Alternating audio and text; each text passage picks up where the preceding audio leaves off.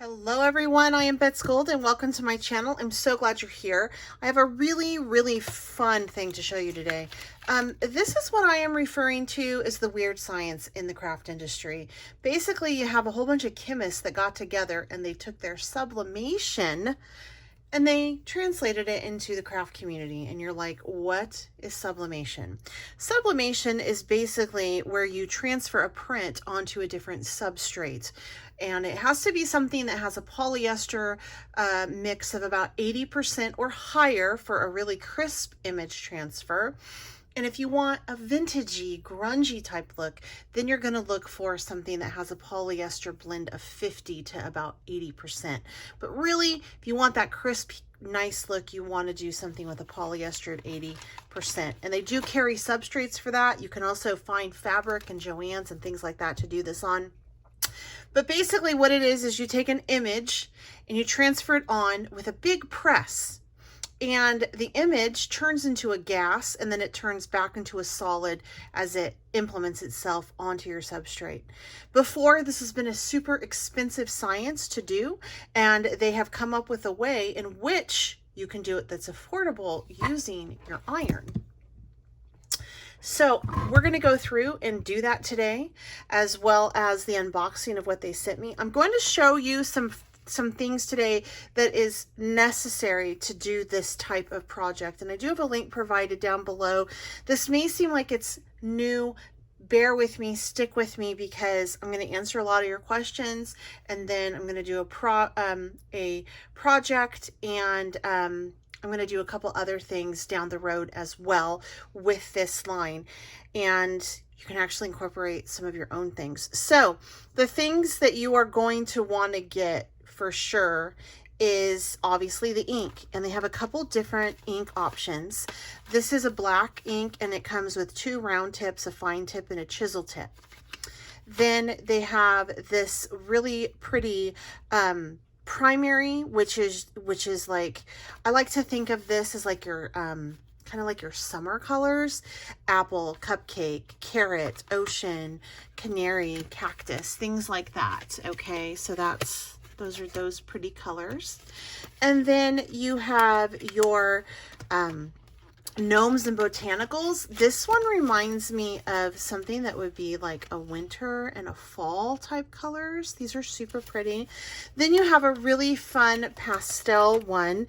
It is called, well, pastel, which is perfect for your spring line, anything you want to do in the spring. These are lovely. Of course, any time of year as well. Then you have just your basic tin markers that are just your primary colors. I love these. You know why I love these? Because the colors on them are strictly what they are. This is called yellow. You know, this is called black, so on and so forth. So it's real easy to use. If you only want to get one marker set, I would definitely recommend this marker set. And this is not your typical marker set. Like, you want to use this for your sublimation transfers, and look at everything that it can transfer on: polyester shirts, polyester mugs, polyester bags. All right, so lots of options here. Don't just think flat, you can think home decor pieces. All right, the new thing that is absolutely awesome is the sublimation ink pad. This is the first in the industry, the first in the world to have this. This revolutionizes and takes this art to a whole nother level. You can use your ink, your stamp pads on this. You can stamp your stamps on this and create your sublimation images from this. So this is awesome. Okay, now the next thing is the heat tape. This is really important if you want to use a regular iron and you don't want to go out and buy a big expensive press. The reason is because it will not stick and mess up and get all that. You know how sometimes when tape gets super hot, it leaves an icky, gross film. This won't do this. It comes right off. It's used to withstand the heat, and you just want to make sure that you are really liberal with it and just put it everywhere so you don't have your image move as it's being pressed. That's super important, or else you're going to get something called a ghost image. So you're going to tape your substrate to the image that you create on copy paper, mind you. All of this is done on copy paper. And you're going to get it taped down really well. And then you're going to create the sublimation sandwich. And you're going to use protective paper on this. Now, there are some people that say, hey, you can use deli paper, but you really shouldn't. Deli paper is created for cold things. We don't know the fumes that it gives off into the air that we inhale when it's created for cold things. Always use something that is created for sublimation. This is protective paper. This was created by Chemist. It is safe. There's nothing in it that can harm you. So I strongly recommend this protective paper, and you can use it repeatedly. You don't have to just tear off a piece, use it with one project and toss it. You can use that piece over and over again. So this is a must, okay? And you're going to do something called the sublimation sandwich. So you're going to, if you're working on like a cloth substrate, you're going to layer it behind that. Then you're going to put the substrate down. You're going to put your image down, and then you tape down with your tape. And then you're going to lay this on top of it and press it. And this not only traps the gas, so it allows for a really nice clean image transfer, but it also protects your iron and your work surface. So it's super important that this is used. Next up, I'm very excited about. This is actually a protective project mat. This is an entire, this is a silicone mat. And this is used to withstand your heat of your iron. And it's heat resistant, you know, it's entirely silicone. It's black so that if any ink happens to get on it, you're not going to see it, which is nice if you're a YouTuber. It has a nice weight to it. It would serve great as a base to do your stamping on if you're using clear stamps. You know, this is a great base for that. It's small enough. Plus, it fits. Sorry, my camera keeps trying to fall. It fits this perfect. Like, boom, there you go. So I love this. I can't wait to use it. And yeah, so those are the basics. If you are a stamper, the things that you're going to want is the sublimation ink. You're going to want the markers, the paper, and if you're using a press like I am, just an iron, you're going to want your heat tape as well. Now, let's move on to the substrates that they offer. You can find polyester blends of 80% or more at your local craft store. You can find, you know, a lot of places carry this, but in case you want to just, you know, do one shop all in one, here you go. Here's some things you could do.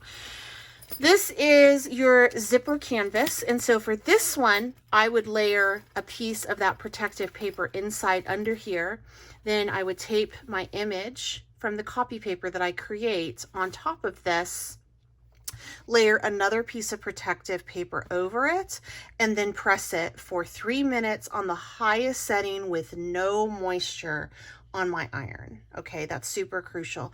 No moisture, just the highest setting. Something else that you want to keep in mind when you are using this is these little holes. The heat does not dispense through that, so you need to make sure that the iron that you use will fit your substrate. If not, you're going to have to pick it up and press it. And we're pressing, we are not ironing. And you'll see that. I'm going to demonstrate it in just a moment. All right, so we have the canvas bags, plastic metal keychains, and then also some bookmarkers. Okay, so these are so fun that I'm going to get to play with. I'm going to demonstrate on one of them. And then they also have sent me some of their stamps and stencils. So this stamp, one thing you have to keep in mind when you're doing this kind of art is that you're going to want to stamp it backwards, words backwards, because it's going to create a mirror image. So when I stamp this down, it's going to be woof, right? But when I go to put it on my substrate, it's going to go over like this, so it will be in the right direction. So keep that in mind. So they've come up with some stamps that are already done backwards for you. And then that's the stamp sentiment. And then this is the summer camp stamp. And again, and if you're having a hard time wondering what that says, just flip it over. It is written in black so you can read it. But that's all done in backwards. Really fun font. And then, of course, they have a stencil. The stencil is done in backwards. However, you guys, you can use your own stencil. And if it's an alphabet stencil, it's no big deal, because guess what you can do? You can just flip it over, okay? So this is their good stuff. I know I just threw a whole bunch of information at you, so let's put this into practice and let's create something. All right, so I've brought the camera down. I have my iron heating, and something you want to keep in mind, and this is metal, so you are going to want to use something to protect your hands, whether that is an oven mitt or special heat-resistant glove. When you press this, lift it, you can't touch this, you'll burn yourself. So make sure you have something down that you can remove this, or you can let it cool. I'm going to let it cool. So you're going to want to take a piece of copy paper, and then you're going to want to flip over whatever substrate you're using. I am using this cute little bookmarker, and I'm just going to outline it so I kind of know where things need to go. And the pencil will not transfer to my bookmarker. I don't have to worry about that. All right, so from here, I'm going to set this aside because we will be doing our sublimation on that. So I want to get my this set up, and I'm going to be using from the pastel line these two colors, which is, I just had it, Ballerina and Cotton Candy. And I'm going to create a background just by laying down some alternating rows of ink. Now, when you first get your sublimation markers, they may seem a little bit dry. All you have to do is set them upright like so for about 30 minutes, and that ink will make its way to the nub and you will be good to go. You do want to store them horizontally, so on their side, and then if you have that issue again, all you have to do is just place it like so for about 15 minutes after your initial use. So I'm just going to create this background. All right, so I went ahead and I finished up that background, and from here I want to start to do my text. And so this is going to be a predominantly text type bookmarker. I might put something up here at the end. I don't know. So I'm going to pull out my stencil, and I'm going to actually start. Now this is all in the right direction, so I know that I got to flip it over, because when I flip this over, it's going to go like that, and then it's all going to read correctly. So keep that in mind, okay, as you do this, okay? So I'm going to go ahead and stencil out with my pencil first the word read on this, and then I'm going to go over with my this one's out of the original tin, so this is the purple. I'm going to go over it with this pen to create my text. I changed my mind. I'm not going to use the stencil after all. I didn't like how I was arranging it, and I actually kind of fell in love with love. And so I thought, oh my gosh, I want to do that, and then do summer love, and then build like a little scene. So I'm going to do the black sublimation ink pad, and I'm just going to dab this up, and I always double ink it. So I'm going to dab that up, And then I'm just going to do right there. I love this ink pad, you guys. It's nice. Like, it's really nice. And then I'm gonna do summer up here.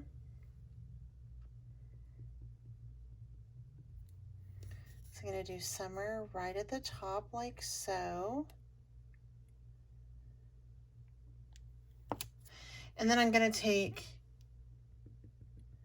this little tree and do it off to the top like so. And then I really liked this little owl.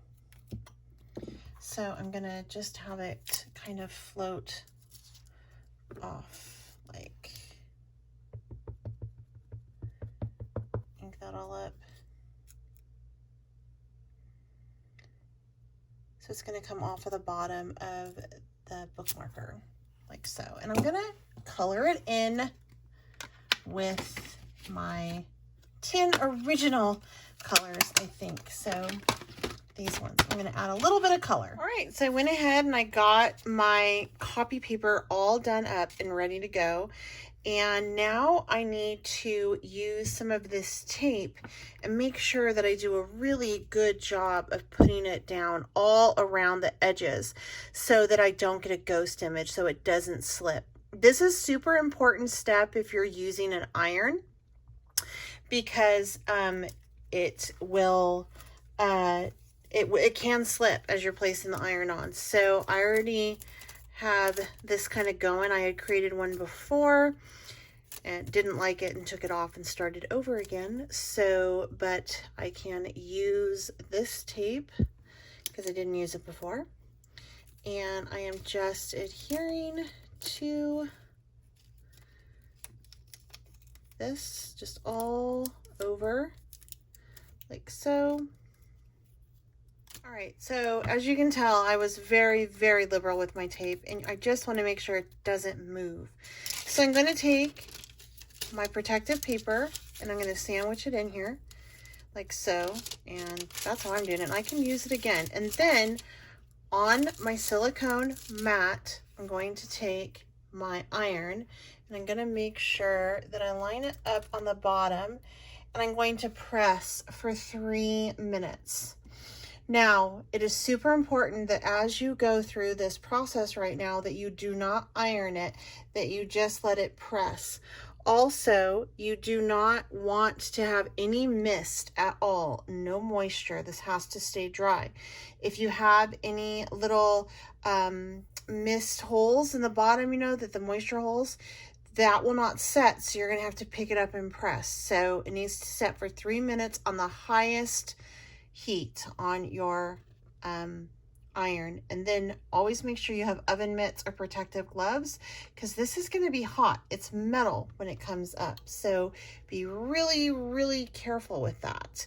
And I'm going to let this set up for 3 minutes. Okay, something that I did real quick is right when I turned off the camera, I realized that I think I put it in upside down, so I made sure to put it so that it was the protective sheet, then the copy paper with my image on it facing down on my book marker, and then that bottom sheet. And so I don't know if that's important or not, but I kind of think it is. I pulled it off of the silicone mat to let it cool, because the silicone mat is still hot. I thought it would cool faster. Haven't touched anything yet. But just check it out. This is why this is so important, this protectiveness, because if I didn't have this sheet over this would have gotten on my iron, and that would have transferred to other clothes if I use this to iron my clothes. So the protective sheet is super important. And again, you're going to want to use one that is for sublimation, because it's safe to use with heat.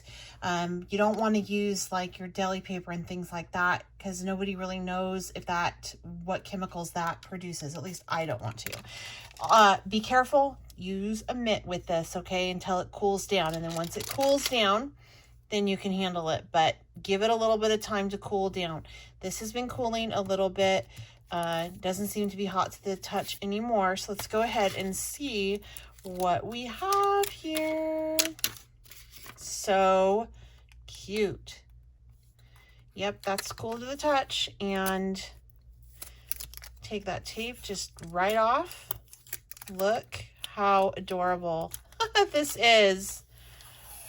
Oh my gosh, you guys, it's fabulous. Now, it's good to go. It's in there, like, it's not moving. That's permanent, baby. All right. I hope you enjoyed this video. If you're interested in any of the products, please go check them out in the link I have provided for you down below. Pardon me. Also, if you guys haven't subscribed to my channel, I really hope that you consider doing so. I'm going to have a lot more stuff from Artistry out on here showing you like canvas bags and things like that, because I think it's so much fun. All right. If you have any questions, please leave them in the comment section down below. Give this video a thumbs up if you enjoyed it, and please share it. Until next time, I'm Bets Golden. Happy crafting.